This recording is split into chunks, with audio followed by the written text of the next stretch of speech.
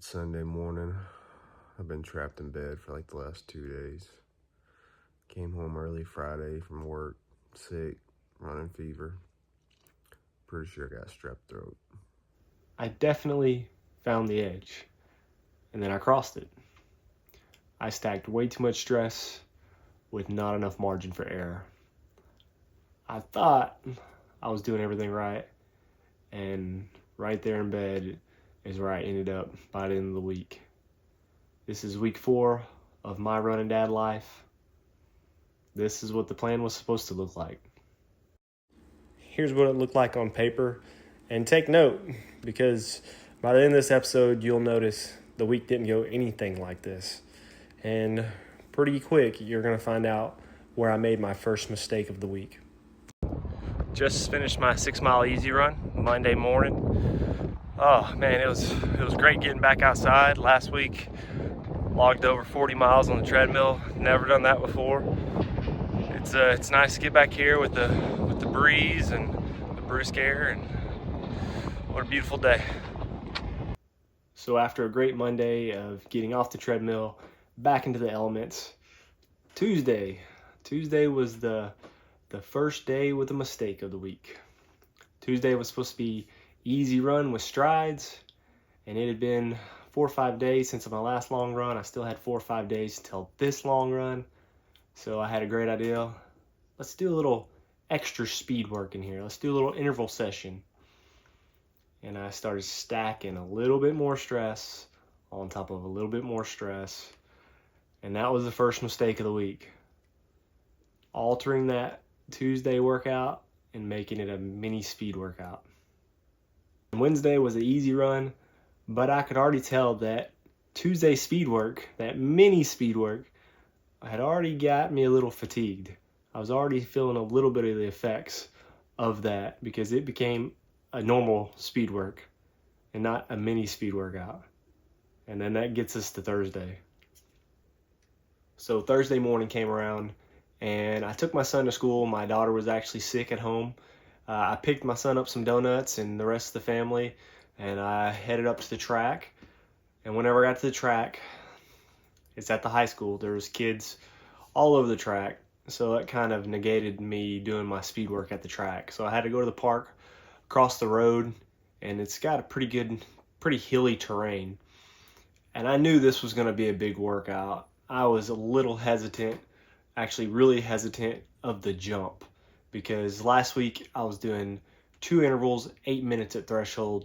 This one was 3 intervals at 10 minutes threshold. So a huge jump in threshold, a 14-minute jump.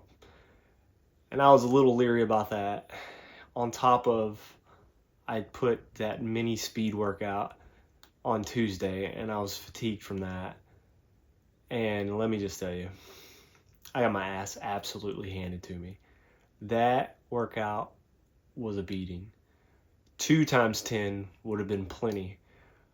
And that last interval, I couldn't hang on to the pace.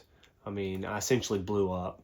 I think my last pace was 15 to 20 seconds more than where it should have been at. And I felt like I absolutely ran myself ragged.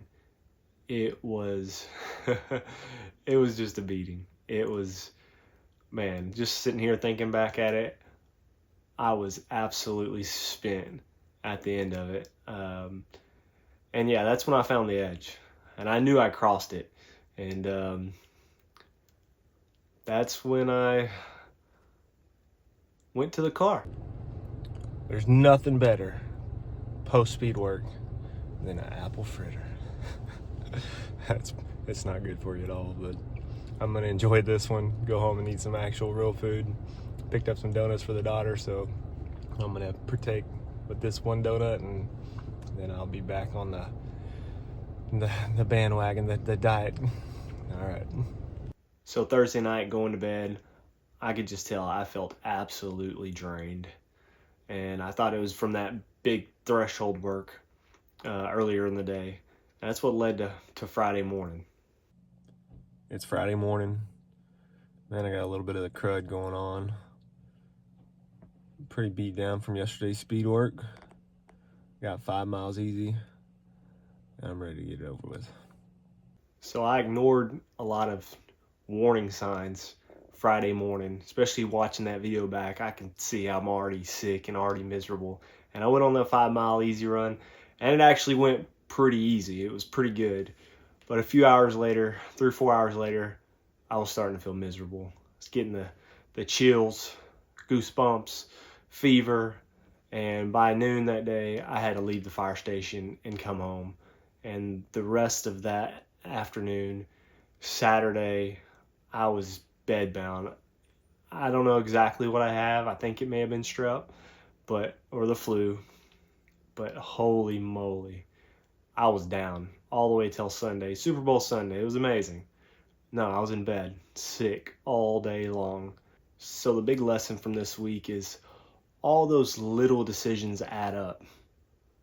You think they're insignificant at the time, but if you're going to add stress, you just really need to listen to your body.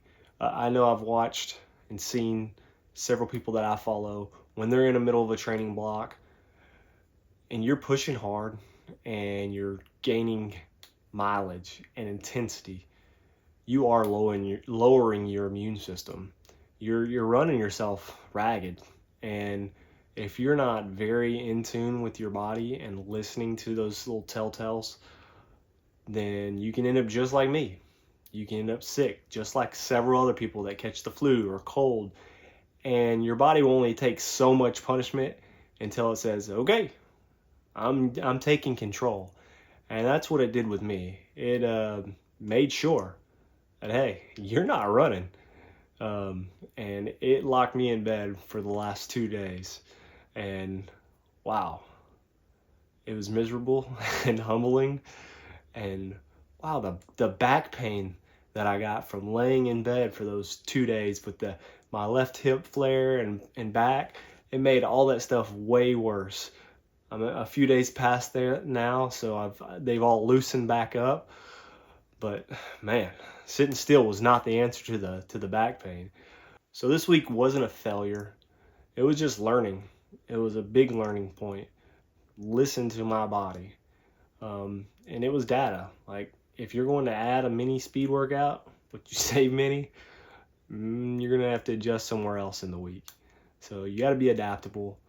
And the goal isn't always just to train harder. It's to train smarter and to train for the duration. What's going to keep me healthy? What's going to make me arrive on race day healthy enough to compete?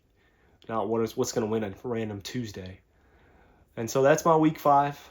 I hope y'all gained something from it. We'll be back next week. Talk to you later.